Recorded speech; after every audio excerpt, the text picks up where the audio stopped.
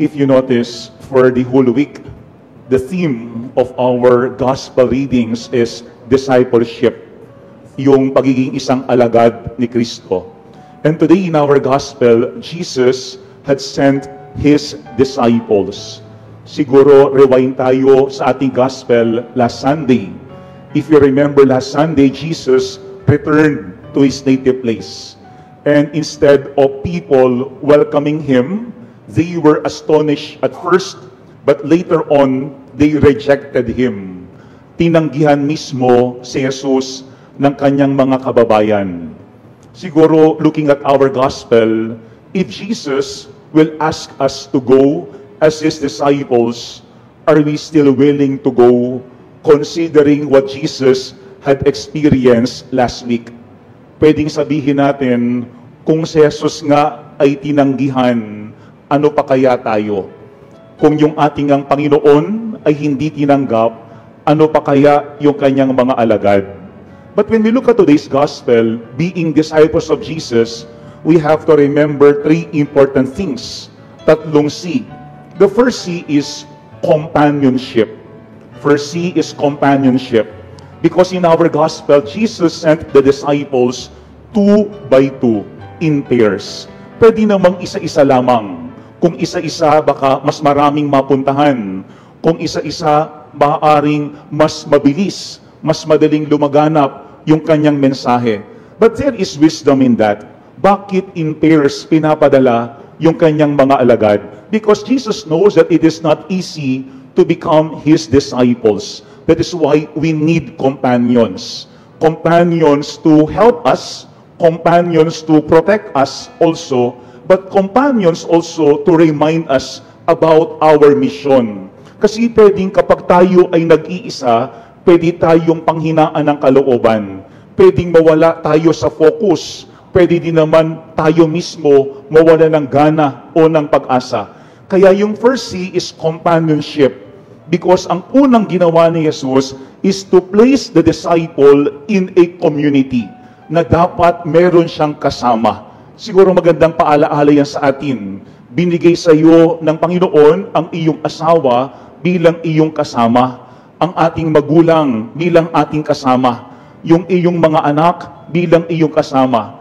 Yung iyong mga kaibigan o katrabaho bilang iyong kasama. Para tayo ay hindi mawala sa ating focus. Para tayo ay maingatan ng ating mga companions. Para tayo ay mapaalalahanan what our mission is. Yan ang unang napakahalaga, companionship. Because we also have to admit that there are people who really find it difficult to work with others. No? Meron ding mga tao na hirap na merong kasama. Kaya minsan, ang gusto ng ilan, solo flight. Sila na lamang ang gagawa ng mga misyon na ibinibigay sa kanila ng Panginoon. Pero let us not also forget that what we proclaim to people is not only the message of Jesus, but also the way we live with other people. Kung paano tayo makisama sa ating kapwa, kung paano tayo makimingle sa bawat isa, kung paano tayo nagiging mapagpasensya sa ating kapwa, yun mismo ang ating ibinabahaging mensahe bilang mga alagad ni Kristo. Kasi kung tayo mismo, hirap tayo makisama sa ating kapwa, it will be very difficult for us to convince other people to follow Jesus. At yung ding ating kapwa, yung ding ating kasama, ang tutulong sa atin para tayo mismo ay lumago sa kabanalan. Yan ang unang C, companionship. For some people, it's not easy to work with others. Pero kailangan natin ang bawat isa. Kasi kapag meron tayong kasama, hindi lamang sila ang magpapalakas sa atin. Sila din ang pwedeng humubog sa atin ng mga ugali na kakailanganin natin. Hopefully, my dear friends, our companions bring us joy. Hopefully, our companions encourage us to continue and to persevere as followers of Jesus. Sana tayo maging tunay na kasama. Huwag sana tayo maging dahilan para yung ating kapwa ay maligaw ng landas. Para yung ating kapwa ay panghinaan ng kalooban. Let us be the source of joy of one another. Let us also encourage each other as disciples of Jesus. First C, companionship. Anong uri ba tayo ng kasama sa ating kapwa? Second C, when we look at our gospel, we see the importance of commitment. Because let us not also forget that all authority comes from Jesus. Kaya nga ang sabi ng ating ebanghelyo sa ngayon, gave them authority over unclean spirits. Remember that a disciple is not a disciple if not for Jesus. Kung wala si Jesus, hindi tayo alagad. Kung wala si Jesus, wala tayong kapangyarihan. Kung wala si Jesus, walang saysay yung ating buhay. Kaya nga, if we have that awareness that authority comes from Jesus, nasa atin din yung humility, no? Yung kababaang loob. Kasi minsan baka iniisip natin kapag tayo ay nawala, mawawala na rin yung pamayanan. Kaya nga minsan kahit sa mga simbahan, sa mga parokya, merong ibang mga naglilingkod na ang pakiramdam kapag sila ay wala na rin na maglilingkod. Hindi ganoon. Why? Because authority comes not from us. It's from Jesus. Ipinagkakatiwala lamang ng Panginoon sa atin yung kapangyarihan. That's why we remain humble because of that. But at the same time, we are very confident na tayo ay hindi pababayaan ng Panginoon. Looking at our gospel, we know that it is not very easy to be a disciple of Jesus. Kaya nga towards the end of our gospel, ano ang sinasabi diyan? That even the disciples will experience rejection. Kung yung Panginoon natin, si Jesus, yung ating Master, had been rejected, ano pa kaya tayo? Why are we being rejected? Because of what we preach.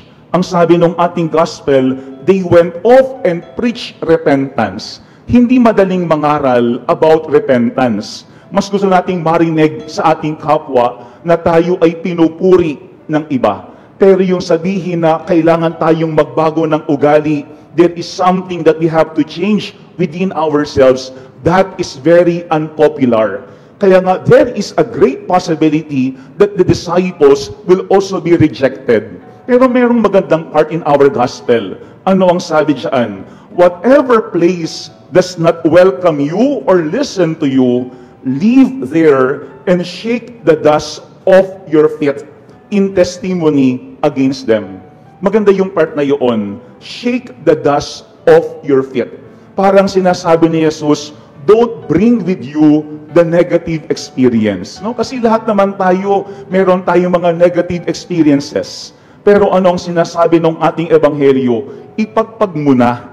Huwag mo nang dalhin. Huwag mo nang idamay ang iyong kapwa. Bakit? Because what we bring with us is no other than the message of Jesus, which is peace, kapayapaan, which is reconciliation, pakikipagkasundo, and forgiveness, pagkapatawad. Siguro maganda rin ating tignan itong second C, commitment.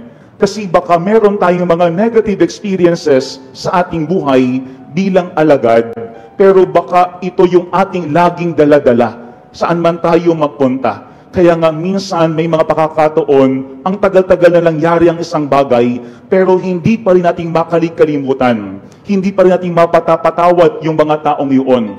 That's why we find it difficult to bring the message of Jesus to others. Second C, commitment. Sana tayo is always committed to Jesus who had given us authority and power. And if ever we are rejected by other people, let us not carry with us our negative experience. Shake the dust off our feet and only bring Jesus to them. Only bring hope to others. Pangalawang C, yung ating commitment. Let us not forget Jesus who had called us and Jesus who had empowered us. Because without Jesus, the disciple is nothing. And number 3, yung panghuling C, is confidence. If you notice in our gospel, Jesus said, do not bring anything with you, not a walking stick, no food, no sack, no money in their belts. But there were ever to wear sandals, but not a second tunic. Siguro sa ating karanasan, if we are going somewhere, we want to prepare everything. We want to secure everything. Talagang tayo ay naghahanda. Madalas nga, meron pa tayong mga extra shirt, extra shoes, extra money, extra food. Why? just in case na magkaroon ng need. Pero bakit ang sinasabi ni Jesus sa ating ebanghelyo is do not bring anything with you? Siguro magandang ating linawin yaan.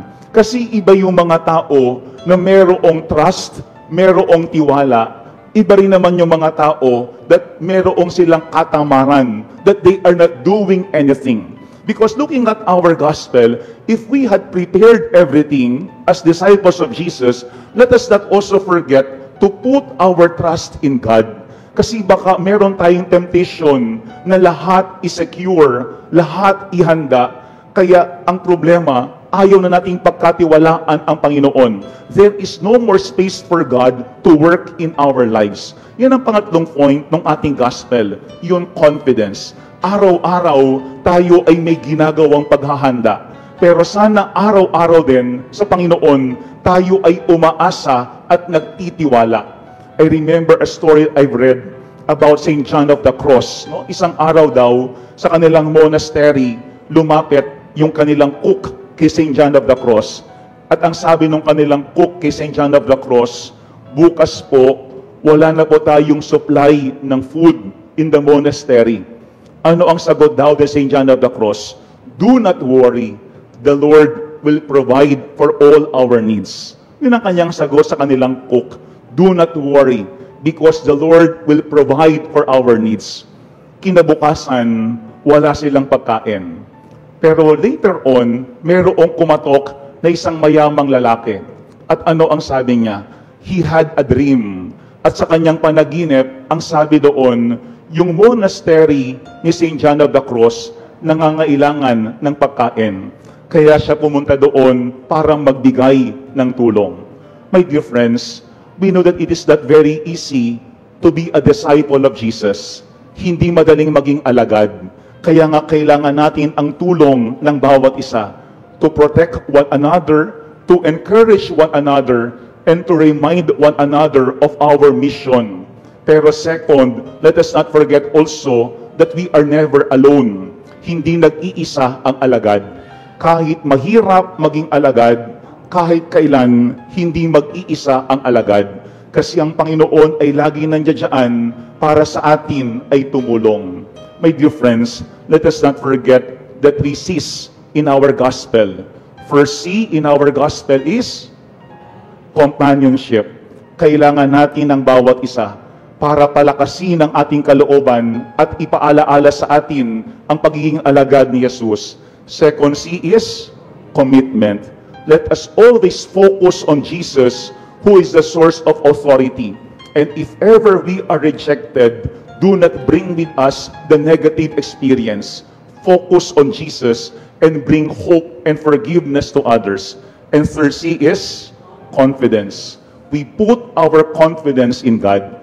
Araw-araw, marami tayong pangangailangan. Pero araw-araw, tumutulong ang Panginoon sa ating buhay. Amen.